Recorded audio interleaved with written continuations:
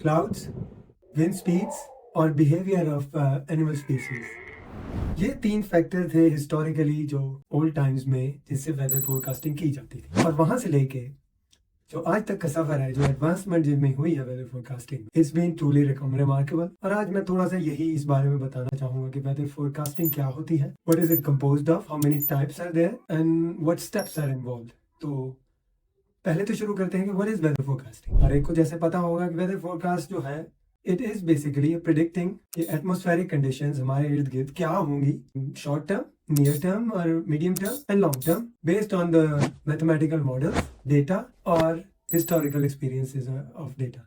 तो इसके पहले तो आते हैं हम जी कि types of what weather forecasting क्या होती है। तो इसके 3 टाइप्स हैं। शॉर्ट टर्म वेदर फोरकास्ट, और ये आज की तारीख में काफी ज्यादा एक्यूरेट होते हैं, but they are usually between 1 to 3 days। और मैं आता हूँ क्यों ये काफी एक्यूरेट होते जा रहे हैं and how they are gradually becoming more and more accurate. Second type की वेदर फोरकास्ट होती है जी मीडियम टर्म वेदर फोरकास्ट। ये है जी beyond 3 days, between 4 to 7 days। और जो हमारे मैथमेटिकल मॉडल्स एक्यूरेट होते जा रहे हैं, डेटा इनकॉर्पोरेशन और अपडेटिंग होती जा रही है, ये भी medium term forecast have also been becoming fairly accurate. और फाइनली है जी लॉन्ग टर्म वेदर फोरकास्ट। इसमें आ जाता है everything which is beyond 7 days। अब ये है कि ये लॉन्ग टर्म फोरकास्टिंग आजकल की तारीख में it is however gradually getting better, पर इसमें मॉडल से ले के साथ साथ जो ज्यादा रोल होता है जी वो हिस्टोरिकल डेटा का होता है और हिस्टोरिकली वेदर एक्सपीरियंसेस का होता है during a certain period of time.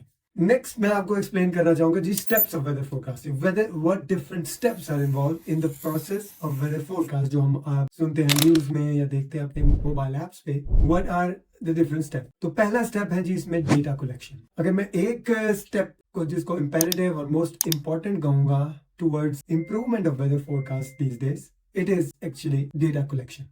और डेटा कलेक्शन में हमारे पास 6 डिफरेंट सोर्सेज हैं। पहले तो आ जाता है हमारे पास वेदर स्टेशन, और आपने ये वेदर स्टेशन आजकल हर जगह है, ग्राउंड बेस्ड कलेक्शन करते हैं ऑफ डिफरेंट वेदर और atmospheric conditions, temperature, humidity, wind speed, pressure, ये सब चीजें ये ग्राउंड बेस्ड वेदर स्टेशन जो है इकट्ठे करते हैं।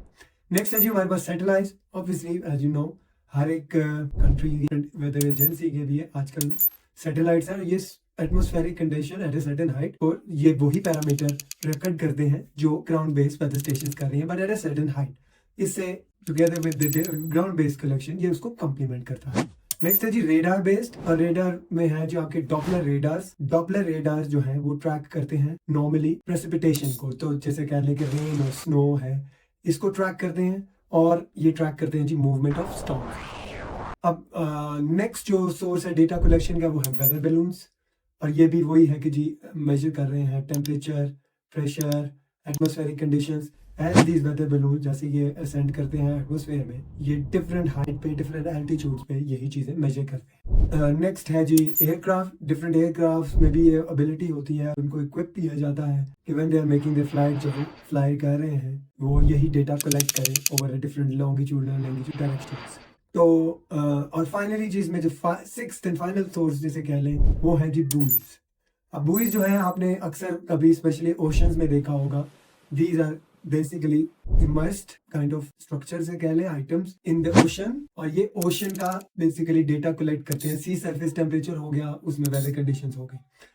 तो जैसे आपने देख लिया होगा ये 6 डिफरेंट सोर्सेज हैं, ये डिफरेंट अपना रोल और पार्ट प्ले कर रहे हैं towards data collection, ground based, ocean based, different longitude, latitudes. इसकी मदद से हमारे पास एक कॉम्प्रिहेंसिव वेदर डेटा अवेलेबल हो जाता है डिफरेंट लोकेशंस का, डिफरेंट एल्टीट्यूड्स का over a certain period of time.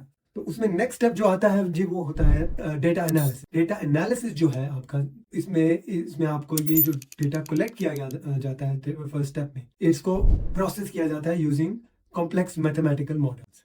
अब ये कॉम्प्लेक्स मैथमेटिकल मॉडल्स जो है वो बेसिकली करते क्या है, they have been developed over a certain period of time using data, using certain mathematical equations, और ये करते हैं जिस based on the data received from various sources, simulate करते हैं atmospheric conditions using physical, thermodynamic and fluid dynamic laws to understand कि ये air masses, pressure, इनका correlation क्या है, और किस तरह ये different factors which are collected in the data ये कैसे interact कर रहे हैं। और ये भी एक बहुत important step है because that forms the basis for the step ahead which is numerical weather prediction। इस स्टेप में जो इन्वॉल्वमेंट होती है वो एनालाइज डाटा को लेके सुपर कंप्यूटर्स और हाई पावर्ड कंप्यूटर्स जो है वो इक्वेशंस को सॉल्व करते हैं, और ये वही काम है एनालिसिस डाटा जो एनालाइज है उसको लेके as an input high powered computers with the help of equations simulate atmospheric conditions और predict environment conditions over a period of time. और ये भी वही रोल प्ले करता है जो फॉर्म बेस करता है नेक्स्ट स्टेप का। इसमें आपके पास एक कॉम्प्रिहेंसिव इस स्टेप में प्रेडिक्शंस आना शुरू हो जाती हैं of weather, how the weather is gonna be over the data based on the data collected. और फिर जो फोर्थ स्टेप आता है प्रेडिक्शन, न्यूमेरिकल वेदर प्रेडिक्शन के बाद वो आता है बेसिकली फोरकास्टिंग का step.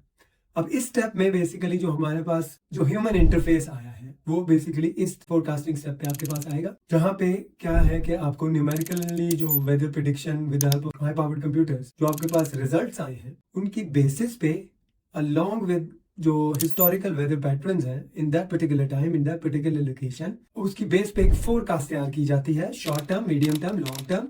It is, like I said, quite accurate in the for short term forecast, and it is becoming और से ज़्यादा accurate होती जा रही है in terms of medium term forecasting and long term forecasting। और इसके बाद जो final step है after the forecasting step वो है जी updating and refining। तो जो फर्स्ट स्टेप था जितना वो इम्पोर्टेंट था data collection, in my opinion ये जो लास्ट स्टेप है it is also as important, updating and refining the models, the data. तो वंस आपने फोरकास्ट प्रेडिक्ट कर दी है और फिर वो एक्चुअली में जो वेदर आएगा आपके पास या एटमॉस्फेरिक कंडीशंस आएंगी against your short term, medium, long term forecast, उनको एनालाइज किया जाता है, कंपेयर किया जाता है, और उनकी बेसिस पे आपका जो मॉडल्स जो है data analysis model, numerical weather prediction model and most importantly जो हिस्टोरिकल डेटा है उसको इम्प्रूव और रिफाइन किया जाता है। ये है जी जो 5 स्टेप्स जो हमने which we went through of how modern day weather forecasting is done. I hope it was useful for you. Thank you.